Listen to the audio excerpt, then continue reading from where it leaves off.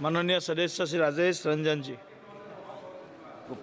पहले तो मैं माननीय मंत्री जी 130 से 140 एयरपोर्ट, माननीय मंत्री महोदय, मंत्री जी 130 से 140 एयरपोर्ट है सिर्फ आपके पास, और 330 मिलियन अमेरिका के पास जनसंख्या है, 5472 एयरपोर्ट, और हमारे बराबर में ही चाइना की जनसंख्या है जहां पर 500 से ऊपर एयरपोर्ट है।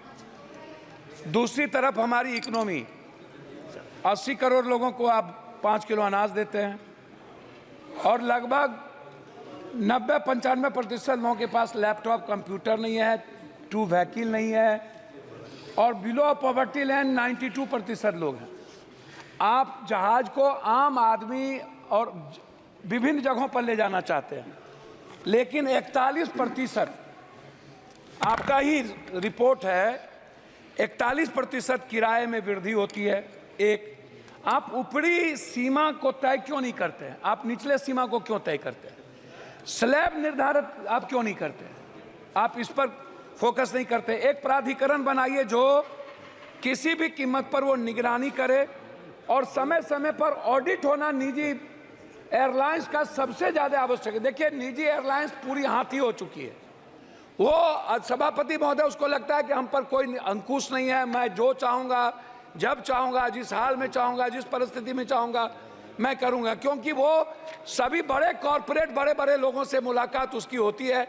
उनको लगता है कि हम पर कभी भी कोई अंकुश नहीं होगा। इसीलिए मेरा बहुत ही क्लियर है इसमें कि जैसे मेरा 2-3 आग्रह इसमें यह है कि आप टिकट को देखिए, हर 4-5 मिनट के बाद जैसे कोई पर्व आता है, मेरे यहाँ जितने पर्व हैं, या मजदूर हमारे यहाँ से 3 करोड़ मजदूर बाहर, 2.25 करोड़ बाहर काम करने जाते हैं।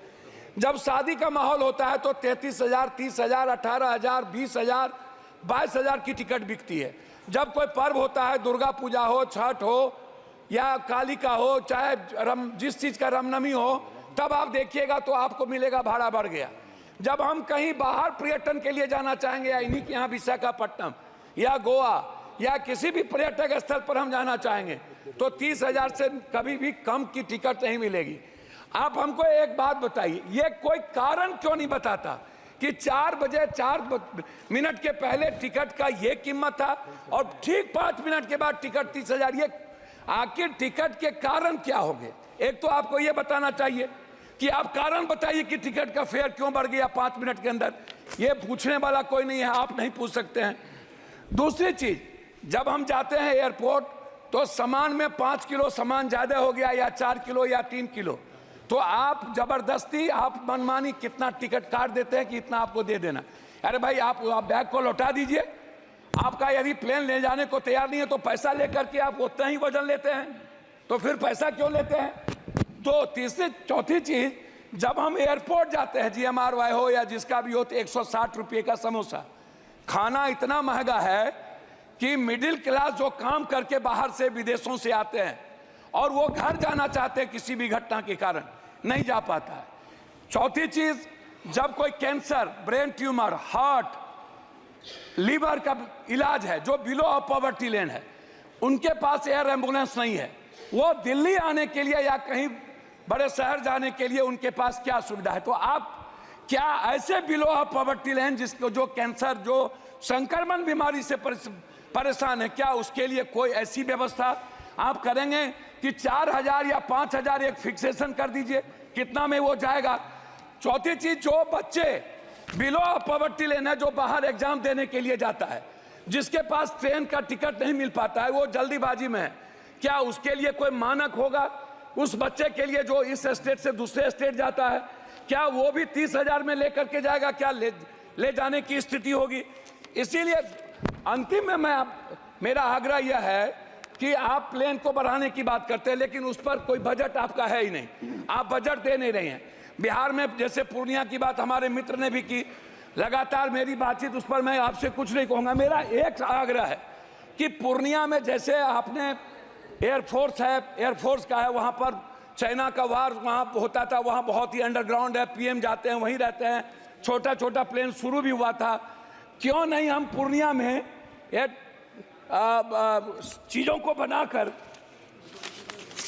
हमारा जो सबसे बड़ी चीज़ है उसमें है कि आप टर्मिनल को बना पूर्णिया को पूरा टर्मिनल तुरंत आप बना के, और जो जमीन यदि आपको कम हो रहा है तो तत्काल बाद में उसको अधिग्रहण करें, टर्मिनल बना करके आप एयरफोर्स पर आप पूर्णिया एयरपोर्ट आप को चालू समाप्त कीजिए करें। महोदय। दूसरा चीज, पटना इंटरनेशनल एयरपोर्ट की बात लगातार उठ रही है। 10 सालों से, लगभग 7 सालों से पटना एयरपोर्ट बनने, कौन बना रहा है, कौन कंपनी बना रहा है, कब तक वो पूरा होगा या नहीं होगा। दरभंगा की भी यही स्थिति है। दरभंगा हम सबसे ज्यादा रेवेन्यू देते हैं, लेकिन दरभंगा में अभी तक अटल बिहारी वाजपेयी जी के नाम के ने उसको शुरुआत की थी।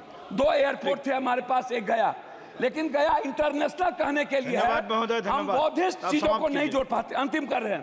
तो अध्यक्ष महोदय, मेरा आपसे है कि पूर्णिया में एक पूर्णिया एयरफोर्स ट्रेनिंग सेंटर, जो बच्चों के लिए, हमारा आग्रह आपसे, एक डिमांड है मेरा कि आप इसको करें।